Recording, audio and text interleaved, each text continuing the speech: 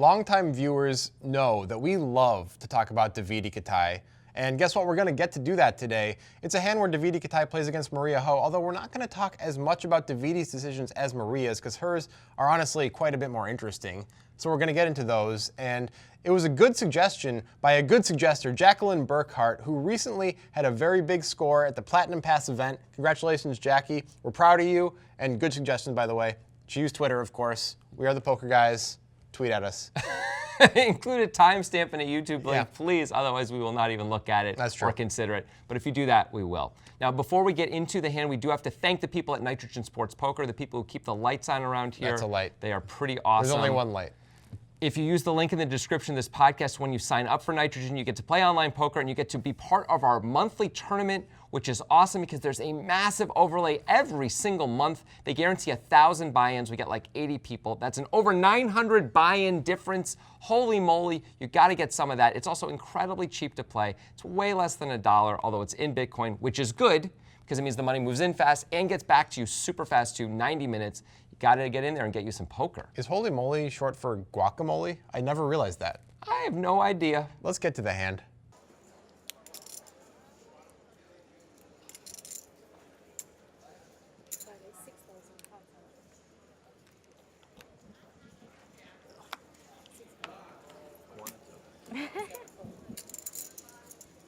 Why? It's halftime. You can stick around for another. Just so I could say, I don't want to get the early game. What? Just so I could say, I don't want to get the early. Noah Schwartz gets I'm away sure from you'll get your Queen moment Jack to from say paint. something funny, Matt. Don't worry. Stick around. Maria Ho raises. Can I just say, and I hope I'm not jinxing anything, because we've still got 3 days of main event coverage after this, but we've run pretty good with feature tables so far. I really liked all the characters. Today has been fantastic. Yeah. Everyone seems to be having a great time. And this is an action flop. Top pair for Maria. Oh. Flush draw for Kitai. Let's start the second half. Philly has the ball, right?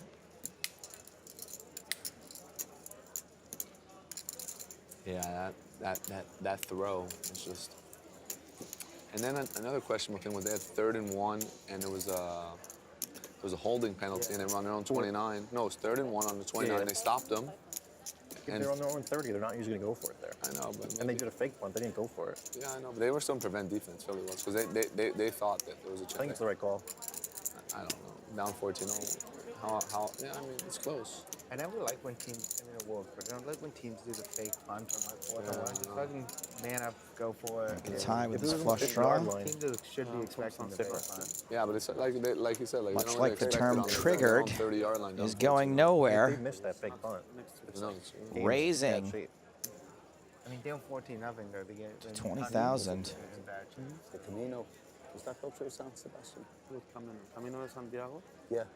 No. And I think Kitai is going to have a lot of semi-bluffs he can raise from the big blind. 6-8 of hearts, 6-8 in general. Suited 9 in hearts. What do you think? You like it? 4-6, he might, it's not a semi-bluff, 4-6. 6-7.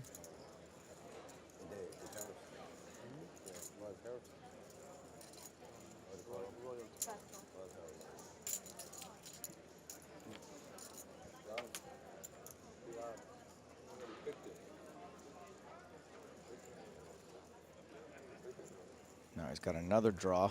Yeah, Maria, a 3-1 favorite with top pair, though. The thing about Davidi Kitai is he doesn't have to hit his hand to just absolutely try to bury you with chips.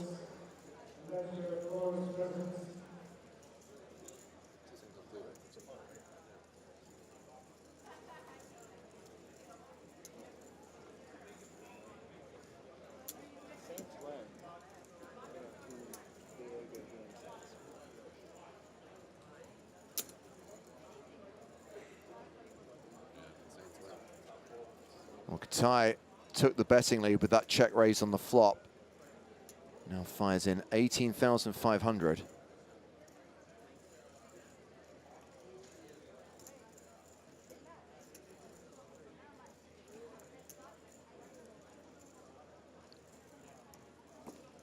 Maria has 30 bigs behind.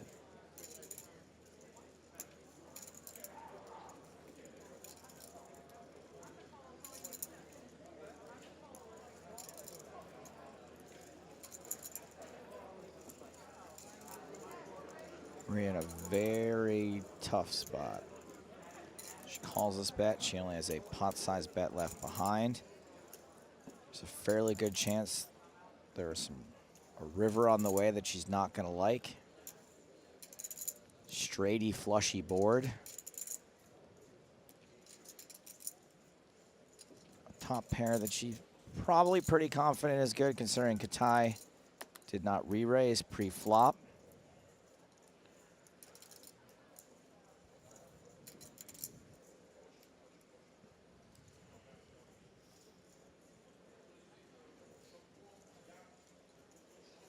And there are some rivers that will look obviously bad. But then there's like an offsuit 6. And the fact that regardless of what the river card is, she's very likely to be put to a decision for most, if not all, of her chips by Davidi Kitai. Wow, Maria folds. Kitai semi-bluff gets through. Oh, Maria. Maria. It feels a little tight, Jonathan, this fold by Maria Ho. I understand they're 8 from the bubble, but this is Maria Ho. She has a lot of success. She gets a lot of jobs in poker. She's probably not hurting for the money. I don't really know why she's folding to Davidi freaking Kitai. This guy has moves on moves. What's going on? Okay, it's a good question. So let's break it down a little bit and try and figure out why Maria made this decision. It's like a part of the movie where they're like, and that is why they call it the shotgun. If the movie's called like the shotgun, when you say it's sort of like that. Let's get to the breakdown portion. Is this some kind of mod squad? This is some kind of suicide squad I'm in right now? You know, those kinds of things in the movies. Okay, so, all right, so Maria understandably bets this on the flop.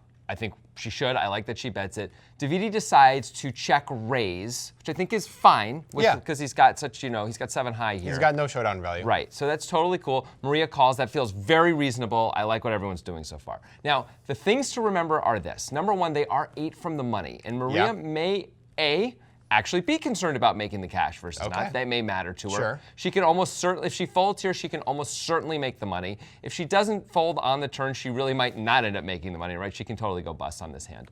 Number one. Number two, she might be wondering why would Davidi bet so small on the turn with a bluff? Well, there's a couple reasons. One that you came to on our podcast, which makes sense. I didn't like Davidi's sizing, honestly, but the thing that Jonathan thought Davidi was doing was trying to give himself a price for the river when he picks up equity on the turn with his gut shot to add to the flush draw. And it seems like that might be something he would do with all of his draws if he's doing it with this one, which is problematic for choosing the sizing as a reason to fold for Maria. Yes. Another refutation of one of those points, the bubble thing, guess who's going to abuse the bubble? I don't know. Who at the table do you think might abuse the bubble? The Triple Crown winner, Davidi Kitai, who always abuses the bubble and everybody at every chance he gets? Yeah. He's bluff heavy, if anything. He's not playing tighter on the bubble. He's just pushing her around. She can't let this happen. It's really hard to argue with those points for sure, especially the Davidi, as we're creeping up on the bubble, deciding to be a little bit wider with things, a little more aggressive. You would expect that for sure. My guess is Maria thought she was able to read into his unbelievably small sizing on the turn. The turn bet is actually smaller than Davidi's flop raise somehow, which seems crazy. She's now getting an outrageous price, but it does look like, as we said, Davidi's setting up for a shove on the river. And Maria's just thinking, why would he let me in so cheap when it looks like I'm not folding? And I think she sort of leveled herself into a fold here, when of course gameplay would really demand that we call. Now the other reason why Maria might ultimately decide to fold, and I don't think this is a great reason, but it's at least a way people might use to decide, is distribution. And so distribution is a way of sort of saying, well, what hands am I continuing with my range? What hands am I getting rid of? Where does this fall in those hands? And normally we might say, well, King Jack seems pretty good because she's going to have things like nut flush draws. But she actually can't fold any of her flush draws on the turn because of the price she's getting betting from Davidi, those are all going to be calls or raises. She can't throw them away because it's so damn cheap. So if she's folding anything at all, she's got to fold the bottom of her range. The bottom of her range is really like King 10 and King Jack, I think. All right, I guess if we're going to be playing the Bird Box Challenge and not thinking at all about Davidi's hand, just being like, okay, this is my hand. I guess I don't know what my opponent might have. That's what people do. Let's do some stuff for the nerds. Let's do some combinatorics here of Davidi's range here. So from a traditional perspective, Davidi's check raising range on the flop, hands that he would have called with pre-flop because it was super cheap, includes King 9, King 5, 9-5, sets of 9s and sets of 5s. That sounds like a lot of combos. It's a decent amount. That's 6 combos of sets. That's 12 combos of kings up, and that's another 9 combos of 9-5. So that's a decent amount of combos. But as we see, he has the 7 high flush draw, which means he's going to have a ton of gut shots and other flush draws in his range as well. Yeah. And there's 48 combos of gut shots just between the 9 and the king. Then there's another 48 combos of gut shots between the 5 and the 9.